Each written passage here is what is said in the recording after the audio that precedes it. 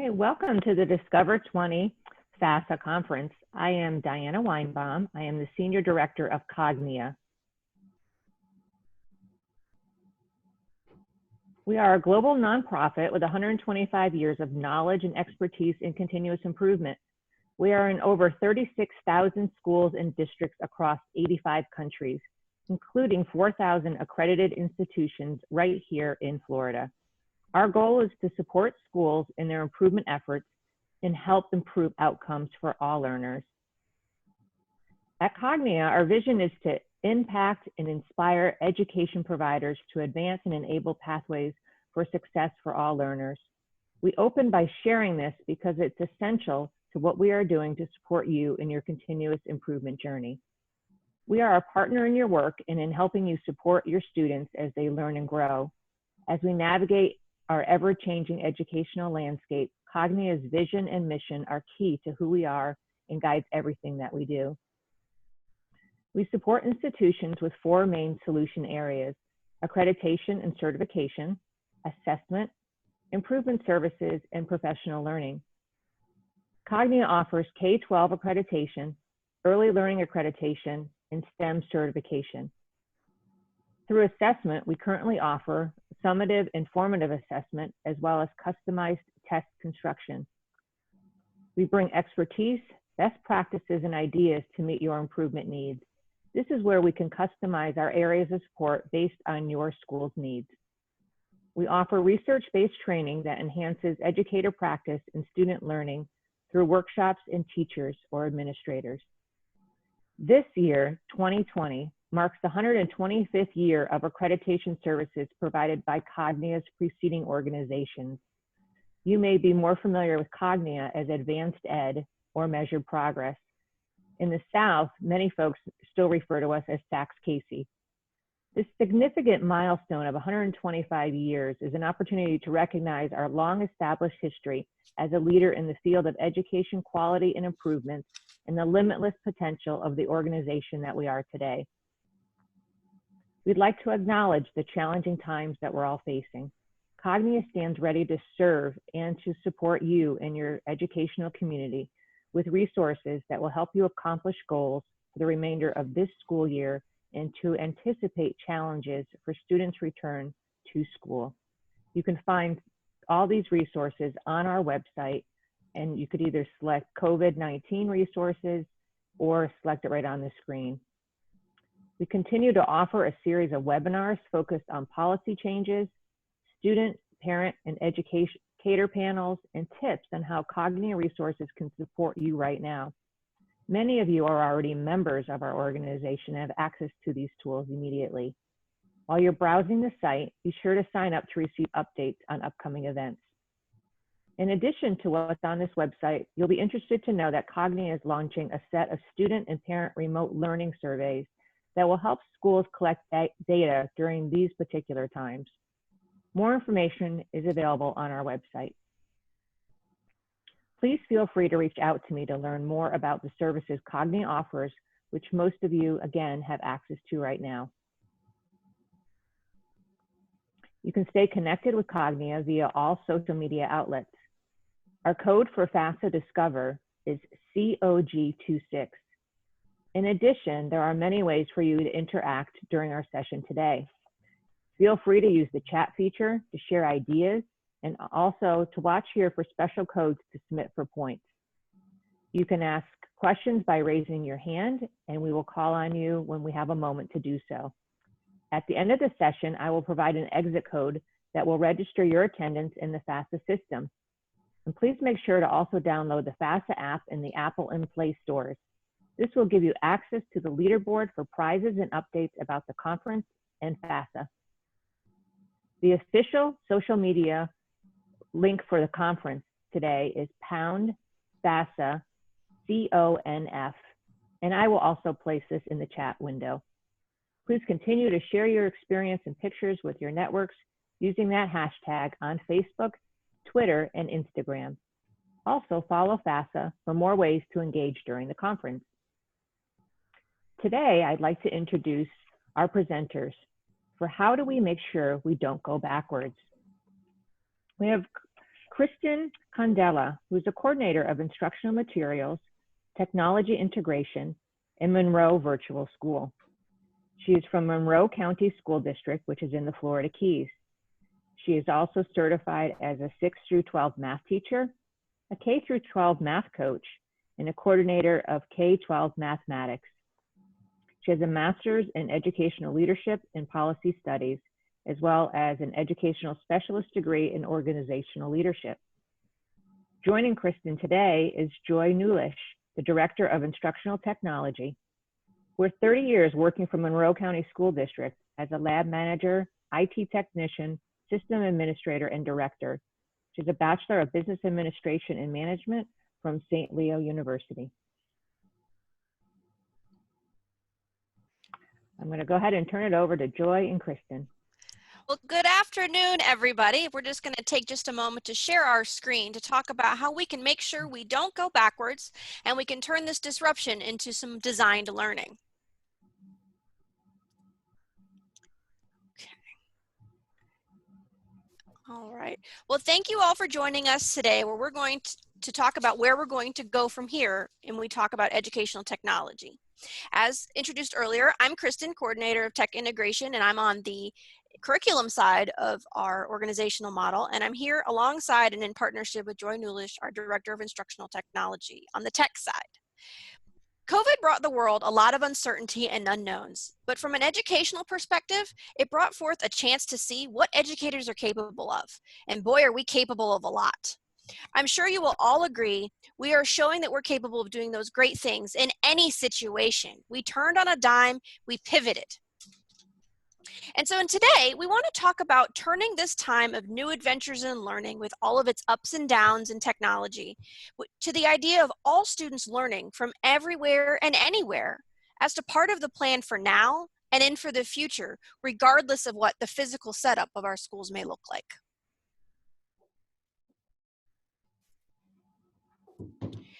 This great quote here from Jay Sammet is about pivoting. Pivoting is not the end of the disruption process. That's where we are. We've just pivoted. But it's the beginning of the next leg of your journey. So as we look forward into that next leg of our journey, we cannot go backwards and come back to rows and desks of students. We've got different environments that we're getting ready to get used to. We've got different needs. We've found that this virtual enrollment that we have really jumped on has become a highlight for some students. It's created flexibility. It's created a new sense of the importance of education and teachers in our society. And we're excited about what's to come forward. And that's what we really want to share with you, how we can support our students and help each and every one of our stakeholders in this new educational environment.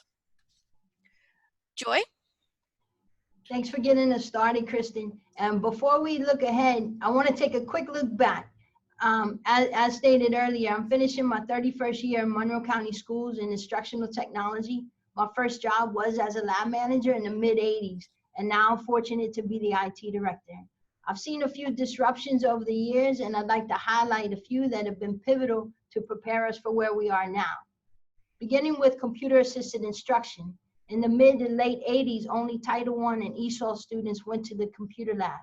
When teachers realized the gains those students were achieving, they wanted all students to benefit from that type of instruction. This was my first glimpse of equity. This is also when the demand on publishers started to increase to develop more enriched content. Another disruption was when we started sending laptops home for teachers. When teachers were able to take laptops home, that's where the techie teachers were born. You know, the high flyers and early adopters, much like yourself when you were in the classroom, Kristen. Teachers have more time to create and experiment with lesson plans, and more importantly, the delivery of instruction. You want to talk about engagement and innovation, I believe that's where it started. Clearly, the internet in schools and in classrooms, that was a game changer for us. I don't know how many people remember a time when there wasn't internet in schools. And now the high-speed broadband internet just allows us to do even more.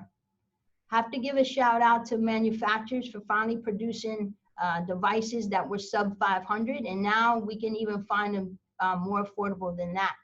But those devices at that price point allowed us to put more devices in more students' hands and break up those old-fashioned learning labs. Wi-Fi mobility, that's like riding a bike with no hands, right? There's nothing like it. And finally, the big one is cloud technology. That's when we were finally able to deliver anytime, anywhere learning. So the point of this look back wasn't meant to be a history lesson, but a reminder of what we've already accomplished in instructional technology. Those disruptions seem like no big deal. They're things that we take for granted now. But trust me, each one of those seemed impossible and too risky at one point or another.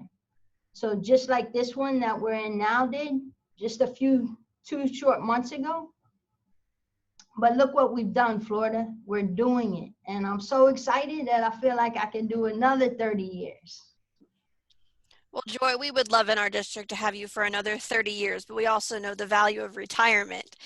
So the big question we really are asking is, how do we maintain this momentum, this innovation in this changing environment? Hopefully things will calm down and the medical front will change and we'll look into educations, but we want to maintain that innovation, that excitedness. And so we're looking at a plan to keep this going. And it looks very much like the continuous improvement model that you see in many publications. Where does it start and continuously improving upon it? And it starts with infrastructure. Joy? Yeah, I think we all agree that infrastructure is a platform for inspired innovation. When educators trust their platform, they'll take chances with their delivery. And that's where IT departments can earn their respect and keep their respect. Districts that lead have IT curriculum departments and teachers that work together daily to get it right. Years ago, when I started, IT departments told teachers what they could do on the network. Now teachers tell IT departments what they need to do on the network. And when we listen, that builds trust for them to take chances with their delivery. Yet another pivot. Certainly, and you certainly inspire us by giving us the leeway and that community connection to go to our IT professionals in each of our buildings and say, I'd like to try this. And you make sure that there's safety and security pieces in place before we move forward, but then you support us on the technical end. And from that inspiration that our teachers are bringing forward, whether it's coming from out of necessity, from the COVID crisis, or if it's coming out of a change in our work environment or student needs, we want to make sure that it's not just staying as an inspirational moment and we think about trying something one time and it fails and we move on. We want to make sure that all of our stakeholders, that's everybody from the bus drivers to the teachers, the students, the administrators, all the way to our community members, making sure that they're engaged professionally to move along to embrace understanding how to use products and hardware and deliver instructional technology or an instruction in a meaningful way, a way that is embracing with our students for change. So as we look forward in this continuous model, we want to have confident leaders and teachers who are on the brink of that innovative piece. They've been trained in the tools and they have a toolbox ready to move forward. And as they come across issues or problems or things that they haven't come across before, they're coming up with innovative ways to engage students. If anything has come from the COVID crisis in education, we found new ways to engage our students in a virtual environment with the help of technology. And each teacher puts their own flair on it. How are they innovatively looking at that engagement piece? So we want to keep that going as we look at the future. Just because we'll come back into a brick and mortar institution, or even if a student stays 100% virtual, we want to make sure that we're still maintaining that innovation, and that comes with going back to the infrastructure, making sure we have those pieces in place that support learning from anywhere and with anyone.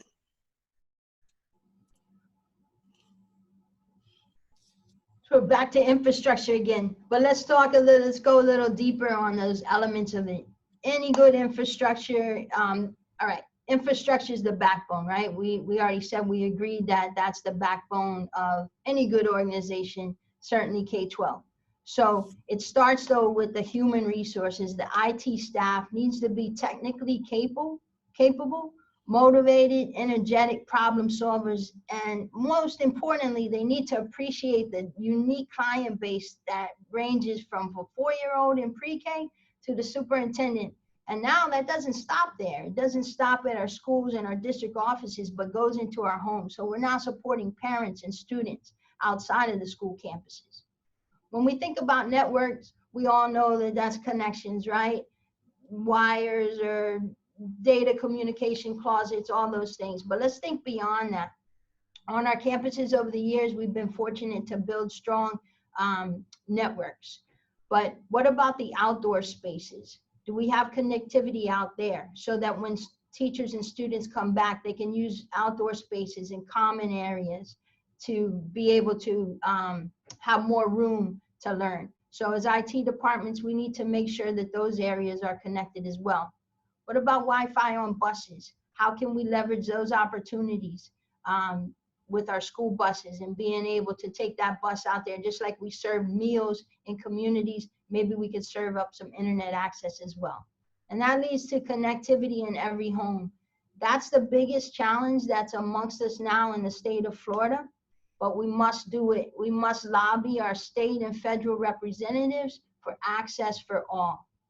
In the meantime, because you know that's going to take a while, but in the meantime, we need to work with our area providers and utilities to connect outdoor spaces in our community beyond our school campuses, such as parks and beaches and other areas like that.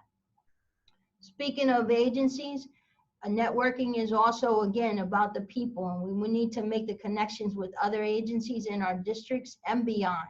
And let's not stop there. Let's be bold enough to say, beyond the collaboration, can we actually share resources and workloads?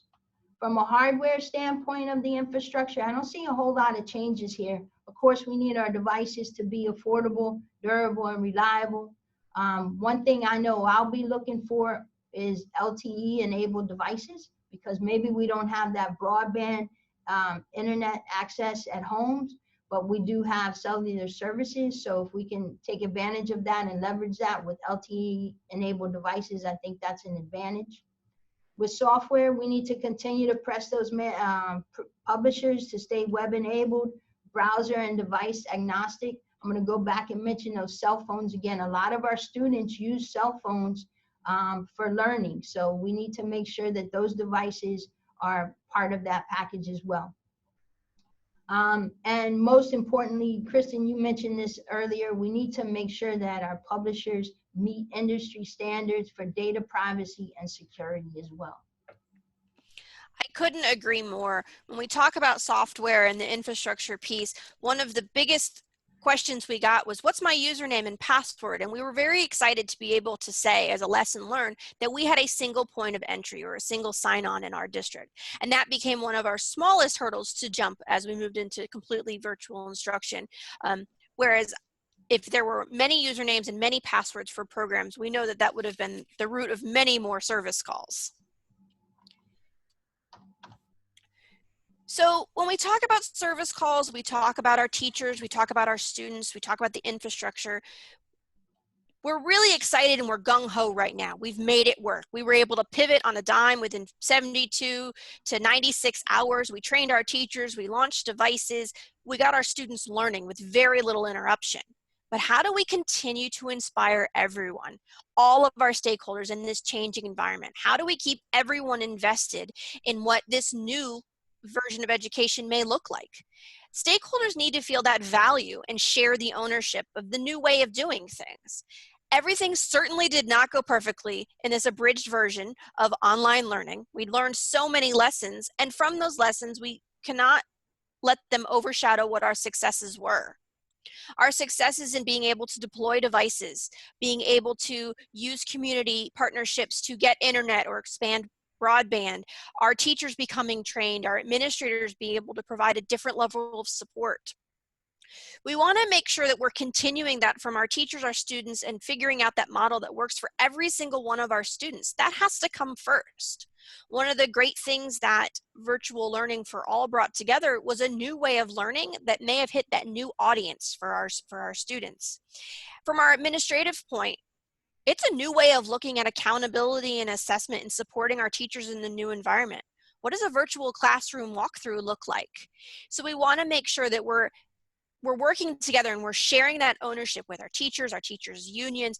What does this new environment look like? And you'll see that there's a key to flexibility and communication that is occurring inspiring as well. And one of the big highlights from Monroe to keep inspiring and sharing that ownership was the power of our technology department and how they went above and beyond when it came to talking to all stakeholders. Yeah, Kristen, one of the things that we did was we opened up phone extensions so that parents and students could call directly and speak to one of our IT techs to work through problems. So that's something that we certainly want to look for moving forward. We also want to figure out ways to train our parents and students. Certainly, and the community piece is the key. We can all definitely look at our communities as a whole, and everyone now realizes the value of our educational systems in each one of our communities. We're so much more than just providing a rigorous education. We're providing meals, we're providing mental health services, we provide a lot. And we all know this and are shaking our heads. So we want to make sure that our community stays invested. They want to help because helping our schools helps our communities. And that's really a key to maintaining that rigorous and engaged environment. So we'll look at the word flexibility, our community flexibility, our teacher schedule flexibility, and our organizational structures is changing the way the typical day school looks like. Does it always look like an 8 to 3 school day? Or do the times now change? Does it allow a student to truly learn anywhere at any time, a time that works for them under changing conditions? And that regardless of the conditions and how they change, the student still has access and available engaging, rigorous instruction. So looking at our structure, our organizations as a whole and saying, what can we modify to meet the needs of individual students? And again, we came back to this earlier, was the discussion about professional engagement. It's always great to be inspired and have a great idea and get everyone on board. But if there's not that continuous professional development or engagement piece for all of our stakeholders, there isn't much that will continue past the initial idea. And I have to give a huge shout out to the state of Florida and the Florida Council for Instructional Technology. The reason that Florida was able to make that pivot so fast is the tools that have been built up, not knowing that COVID was going to occur, but building us up in educational technology. Using the technology integration matrix, sharing that, the TIMS and the TUPS with our staff over the years, and understanding what it means to use technology or to transform with technology. So using the technology to enhance the instruction versus using technology to replace a textbook. And we have to make sure that we're continuing on that professional engagement with our teachers and our staff in the first place. So many of our districts, as we look forward, we've been sharing some great ideas, our training pathways. We were able to ramp up and give 3, 4, 5-day training modules for online learning for our staff members, from our paraprofessionals to our administrators, but we have to keep that up. Just as fast as technology changes, so do ways to engage. They're changing all the time. And we have to have different pathways. Joy mentioned earlier that sometimes you have the techie teacher. And that techie teacher is ready to jump in and try something new and feels confident and empowered to make those changes.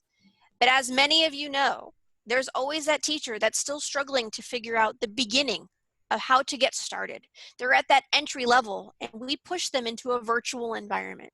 So we want to provide different pathways, supported, consistent feedback pathways for our teachers to help them grow along something such as the technology integration matrix, so that it's authentic, it's constructive, they're collaborating, and they're active and goal-oriented. And those are the key characteristics of that learning environment. And as we move along the technology integration matrix from entry to transformation, making sure that our teachers and our staff are moving along with it. From an administrative standpoint, this is one of the keys in Monroe is, what are we looking for? And we'll come back to the difference and we'll open up the discussion of the difference between participation and engagement. Is attendance a good measure of engagement? Or the amount of work turned in, is that a measure of engagement? So we want to make sure that we're working with our administrators, working with our district personnel to engage with them on what they should be looking for and making sure that they know the tools at hand as well. And that's not just for our building, our district leadership. Our technical team has a whole new set of tools that they're working with beyond routers and Wi-Fi. Joy's team was instrumental in understanding and going beyond what it meant to just be able to get the computer working. Yeah, I think it's important. One of the things I mentioned earlier about IT and curriculum and teachers working together daily, because beyond knowing how to make something work, a connection work, or a program, it's important for us to know what the teachers are trying to do with those tools so that we know we have context around our support method. And so because we have those daily interactions, that we're part of what's happening. We're in the learning management system. Kristen set up classes for our IT techs, not only to be certified in technical industry standard certifications, but also to learn and be exposed to what the teachers are, so they see it in a different context. Certainly, the power of being able to make one phone call to be able to support our community members, our students, and our parents was a huge benefit to the rollout of the successful virtual environment.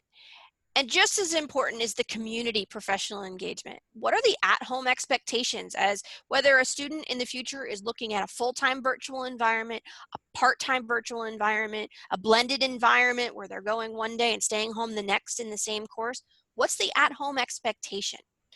We have some parents who have a language barrier at this time, and so we want to make sure that we have support that are in their native language. We're providing documentation in those native languages, and we're not expecting the parent to become the teacher. We've all read social media or read the blogs that have said things like, I'm now a homeschool teacher, when we know our teachers are working harder than ever to make sure that we're providing engaging, rigorous content. So we really want our parents to understand what is expected. Are we expecting them to teach math? No, we're expecting them to provide an environment for them to be able to learn. Because we can provide a computer from the school district, but if there's no place for that student to have a safe learning environment, the computer is just a paperweight. The same with our community expectations. As there's the possibility of school schedules changing beyond that 8 to 3 environment, the rest of our students, their schedules then change, whether sports are able to begin again, or after school activities or jobs. Those times may change a little bit. So as we change in education, we want to make sure that we're getting the community involved to share what their expectation is and what we can expect from them, working together in that partnership to make sure that everyone stays engaged to move forward along to create that personalized learning environment. So the next question was where we're going to start opening it up for a little bit more discussion, and we want to hear from you, because this all sounds great. We've been doing an amazing job. You've heard us talk about what worked in our district, and in larger districts and smaller districts, things looked a little different. But we do know one thing that came from this is the ability to transform and change the way education looks came from the COVID crisis. So we want to talk about what a sustainable disruption looks like, and just a couple of tools that are available. You can chat your question in the chat box when prompted, or you can go up to the top of your screen and you should see a button that says annotate, and there will be a slide in which will ask you to put in the answers to some questions. You can type right on the screen, and we'll send the PowerPoint out to you with those annotations available.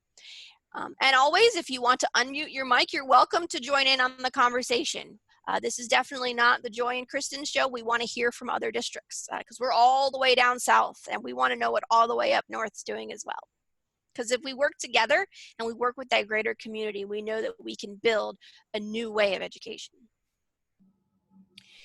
So we start with the question, what does this sustainable disruption look like? This may have started out of necessity, but came from an innovation. So what great outcomes came from this disruption?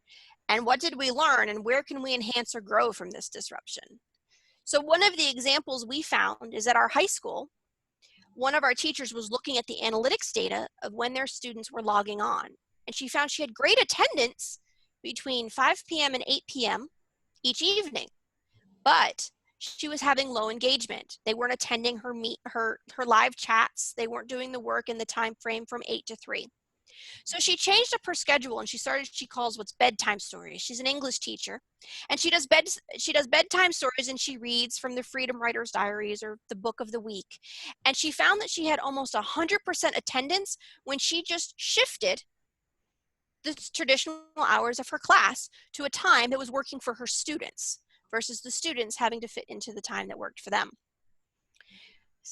So at this time, and I know that Joy wants to share some of the technical things where we had great outcomes and where we enhanced. If you go ahead, you can go to annotate and you can type in great outcomes that came, or where you can enhance and grow, or you can stick it in the chat box. Kristen, while we're waiting for some participation from our audience, I'll throw out, again, internet access at home. In some ways that was a success, but we know that we have a population of students that don't have access. And that was important too, for us to really finally have that information to know who had access and who didn't, so that we can work with community members that are offering up support and be able to correct that. I see a question there.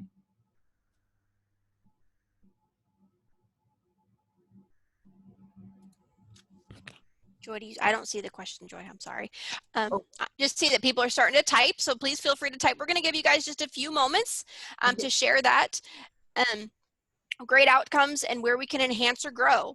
So as we look forward, thinking about the disruption, and assuming we do go back into the four walls of a classroom, does that mean that this disruption, we've learned nothing from it? Or can we take what we've learned about virtual or blended instruction and apply it into a traditional setting? So I see here that we can grow in finding alternate methods to connect with our hard to reach families and students. Jeslie, I couldn't agree more that finding those alternate methods to connect with our families and students was a challenge in our district. We did find, and this was something we learned before COVID, food brings people out. We partnered up with one of our local food banks, and we were able to meet up with many of our families if for some reason we couldn't get them Wi-Fi, we were able to give them alternate assignments as well. So. Kristen, are you able to see the annotations that are going in? I don't see the annotations that are going in. I don't know if Diana or FASA is able to change it over for the annotate. If you're unable to put the annotate in, I will copy it out of the chat box and I will put it right in here. One of the things that I'm seeing there, I'm not sure who placed it, but where can we enhance or grow? It says rigorous instruction beyond live meetings. Also, I see there it says we can grow in finding alternate methods connect. Oh, okay. I see it's coming in there from the chat. Similar to what was in the chat. All right, very good. I just want to make sure everybody was included. So does anyone have anything that was great that came from this? I know it's been a lot of work, and it's easy to think of the things we need to work on to make this great. One of the things that we found is that one of the great things we found when it came to programs was we stopped looking like a program warehouse. We know that from a technical perspective, every program under the sun was willing to give us a free trial. But the roadblock we originally ran into with students not understanding how to use this new program they've never seen before, and they weren't there to have the teacher guide them through or facilitate the conversation. So we were able to increase the use of our existing programs and find great new solutions to programs that we didn't have before, because with new issues came new challenges. And Kristen, speaking of programs that we had, one of the areas where I know the IT department can do better is to make sure that we can support the CTE programs off campus. You know, as you know, some of those products are higher end and don't run well on Chromebook, for example. So for us to be able to support multiple platforms from home is really important to us, and something that we're working on, and hopefully we'll be able to deliver during our summer school rollout. But that's an area that I would like to see us expand on. Certainly. And I just saw two great outcomes I want to shout out I think they're so important. If I could make them bold, I would. It's ways to celebrate. It's the building relationships and increased communication between everyone. It is amazing how we have been socially distant and staying at home, and I feel like I communicate with more members of my community every single day than I did when we were in our face-to-face environments. Having those conversations with others, even seeing our students, although sometimes nefarious, but 99% of the time with good intentions, setting up their Google Chats or having FaceTime conversations where they're doing their own study sessions. We had an Avid class that ran an entire tutor session without a tutor, just using FaceTime because they didn't want to interrupt their instruction. Students really saw that value. So another positive we saw is to see creative ways to include virtual SEL opportunities for scavenger hunts and lunch bunch Fridays. Those scavenger hunts have been awesome. Oh, I love seeing those, and lunch bunch Fridays. What a great idea. And then Terry also said that increased knowledge of technology use in various programs by everyone, students, staff, and parents. It's so exciting. We use Google in our district. Actually, we used Google and Canvas, but we've had so many of our K-5 teachers come out of this and say, I took the Google Level 1 certification, and they're so excited to have the badge on the bottom of their email now. So that's exciting. We work so hard to promote technology in our schools, and it's sometimes stagnated in the idea of entry-level use of technology, and now we're finding those new ways. And I definitely think our teachers, when they come back, we just have to keep reminding them and encouraging them and supporting them with that professional development to keep that knowledge up. Look at the new things that come out every single time. All right, so these are some great conversations about the great outcomes, loving the relationships that came out, how we're continuing those, the social emotional learning opportunities. I think it's been fantastic and much needed, very much needed. Wouldn't you say, Joy, not only for our students, but for our teachers, our staff. We had social workers. She created adult lunch bunches for us when things got a little bit rough. About week 3, we were all very tired.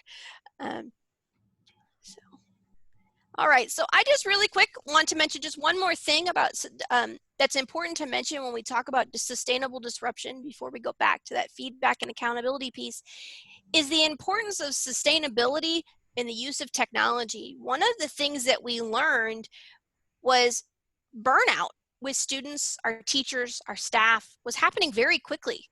I'm sure that many of you, even if you're attending the conference and you're on a webinar or conference calls all day long, the end of the day, when the sun has gone down and you finally look back at the clock because you've worked so many more hours than you typically do, you're exhausted, and it's a new type of exhausted. So we want to make sure that we're engaging our students, our staff, all of our stakeholders to understand that it's okay to walk away from our computers every once in a while. Because staying and staring at the screen can be extremely exhausting, and no blue light glasses are going to fix 8 hours in front of a screen. Although I'm pretty sure that that's been a really great investment for many of our students and teachers right now.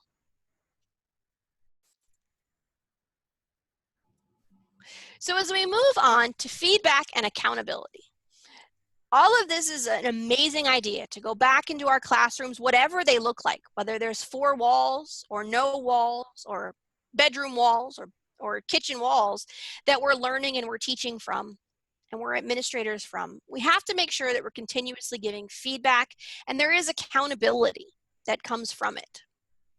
We talk about engagement.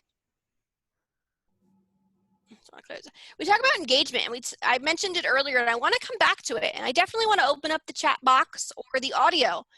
How do we measure engagement? Engagement's been a buzzword in education for a very long time. But when we first came out of the box, when we talked about virtual learning, everybody wanted attendance records. How many students are logging on? Well, just because they logged in, are they engaged in the content? Are we making sure that our students are still learning? So I definitely want to open that up for a conversation about participation versus engagement and what our district's doing to look at continuing that engagement piece versus just showing up.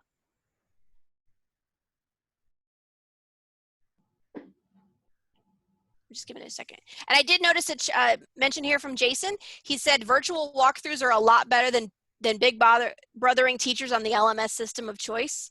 Teachers that have the best engagement right now during this grand experiment of emergency distance learning is synchronous instruction. I definitely think that having live meetings has had a huge impact. In our district in Monroe, we, as part of our contract with the union, we required 3 hours of active engagement per day, 4 days per week for each class. And you said it so well, Jason. It's the distance learning with the synchronous instruction. I think that's a great way to keep them engaged. Students want to see their teachers, and as teachers, we want to see our students. Administrators popping in to say hi to a Google Meet or a Zoom meeting. That was really exciting to see, and the students are excited. We held our first awards ceremonies virtually, where we had them and students had the ability to engage back and forth, our Young Readers Awards. And so definitely doing virtual walkthroughs. What are we looking for? Using the universal design for learning theory on what should your front page look like? Is your LMS cluttered with a ton of information? Could the student be able to find what they're looking for? So the next piece is differentiation, and this is a piece we're all working with specifically in our district. We want to make sure that we're still targeting this with our ESE department, with our EL department. How are we meeting those individual needs?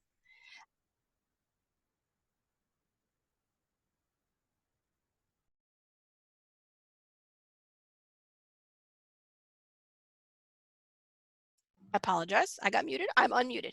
When we talk about differentiation, we want to make sure that we have everyone's individual needs and we're hitting voice and choice. Adam Gary talks about having voice and having choice in what we're doing. And I want to take the words from Jason, in the experiment in emergency distance learning is we're being a lot more flexible in how we're allowing students to show mastery of content, because we know that there are limitations in how they're receiving the content. It might have been a photograph of a worksheet that they've done. It may have been an online activity. How many have received empty blank sheets of paper when they hit submit assignment? So as we work with our students, we're taking that time to really look at that differentiation piece. And Joy, I know that you work with a student, you mentor a student, which I think it's a great story to tell about individual needs when it comes to virtual learning.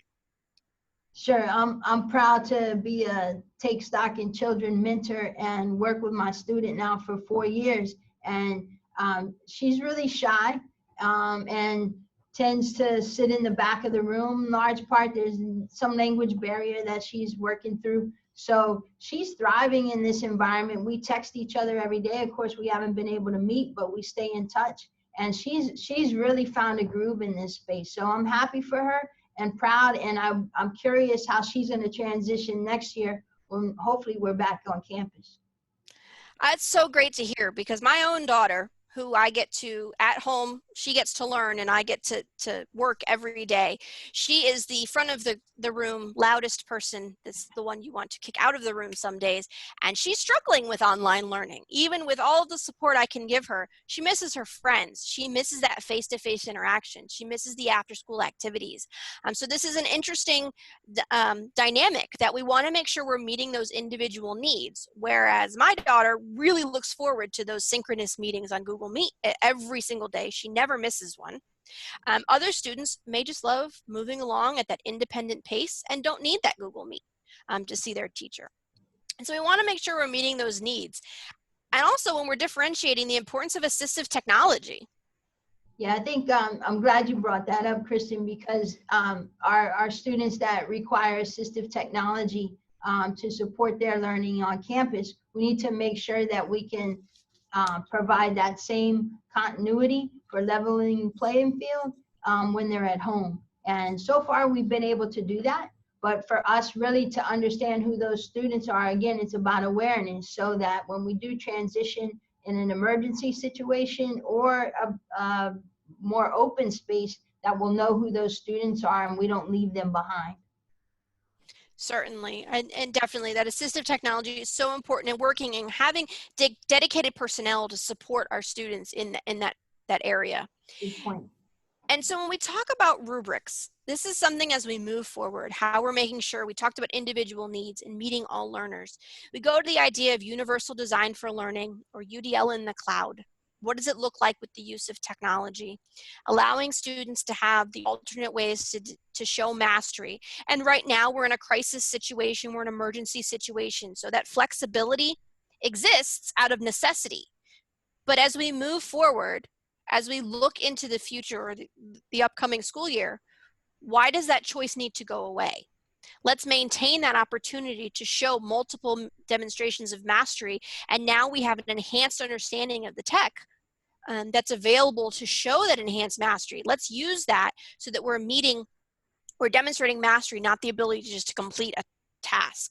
Because all of our students learn in different ways, and we want to make sure that that's occurring. So as we move on to the next slide, I want to come back to Jason's comment about virtual walkthroughs. And as administrators, I can pretty much tell you we've all gone to Google at some point, and we've started to look up how are other districts, we've read their ICP plans, we read how other districts are doing it because we work together. We've called our colleagues, we're excited to participate in FAFSA, we called our professional organization, we said, what are you doing? Because we're all in this together. Not to sound like a High School Musical quote, but we really are all in this together. So as we move forward, apologize, I clicked too heavy.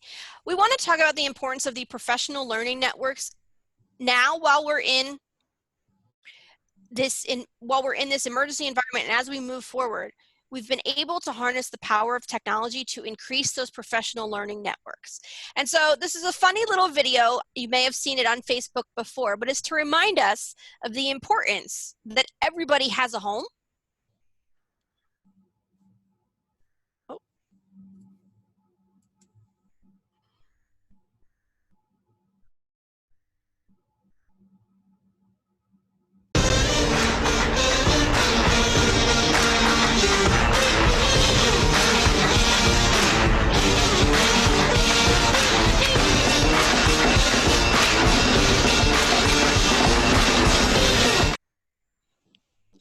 So as I work through this, I laugh. I was wondering if the audio was moving, but I saw some heads bobbing because it's a catchy little tune about the International Kazoo Players Association.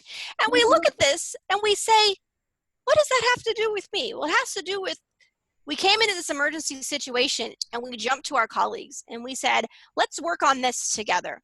So we came together, we support learning. Our parents jumped in on teacher organizations. If any of you are members of any Facebook groups that have to do with teachers during the pandemic, or teachers for Google, or teachers for Canvas, we had parents jump in because they wanted to know too. They were excited. Because we have parents, we have teachers, they didn't know more about Google than it was a search engine. They had no idea the rest that led behind it, or how you could use Canvas or Microsoft Teams to really support instruction. So they wanted to know more, and they all came together for the good, the bad, and the ugly, because that's the power of social media. But as we look at our professional learning networks, we wanted to take a few moments as we open up the chat and the audio again.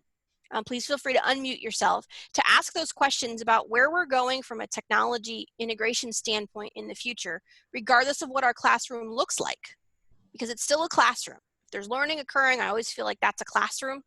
What does that look like from a virtual walkthrough perspective? What does that look like? Where are we turning to?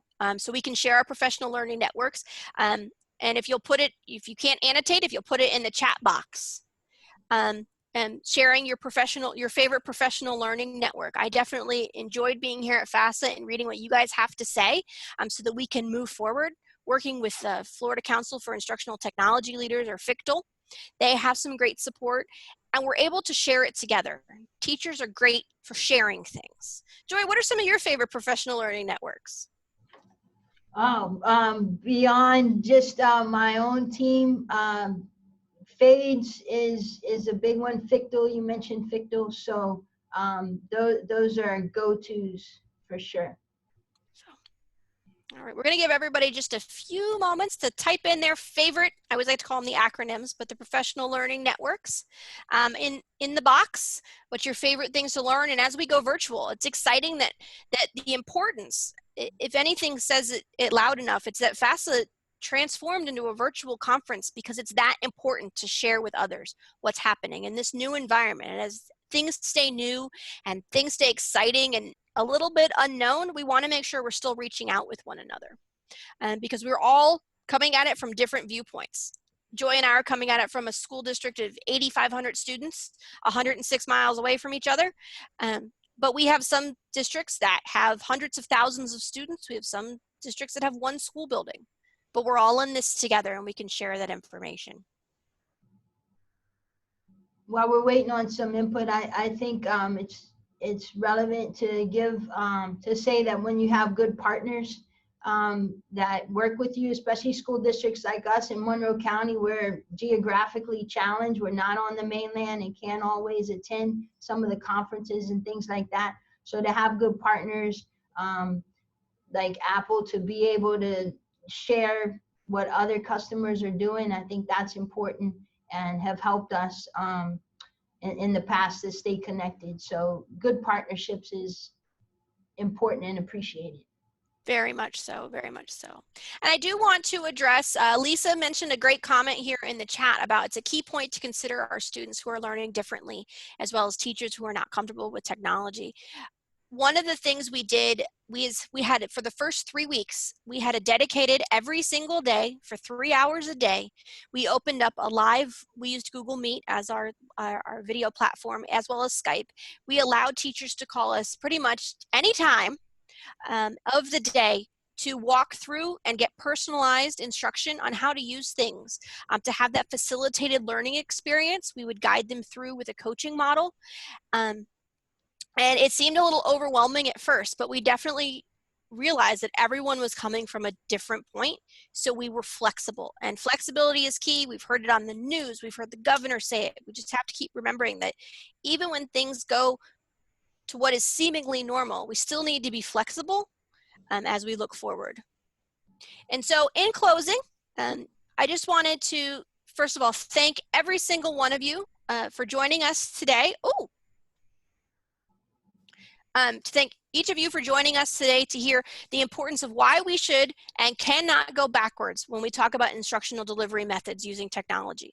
All of our stakeholders must have ownership on this changing school environment, and they continue to promote flexible learning environments, innovative demonstrations of mastery using technology and non-technology, and to learn from the highlights of technology that we've had to experience at this time and in the future to promote personalized student learning from anywhere and at any time.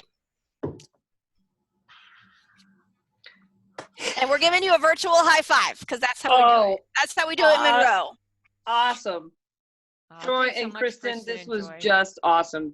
Thank you so much for sharing everything that you're doing and just how you're making sure all students' needs are being met and what you're doing. You just, wow, really enjoyed that presentation. Thank you so much. Thank you for having us. Thank you. Is it over?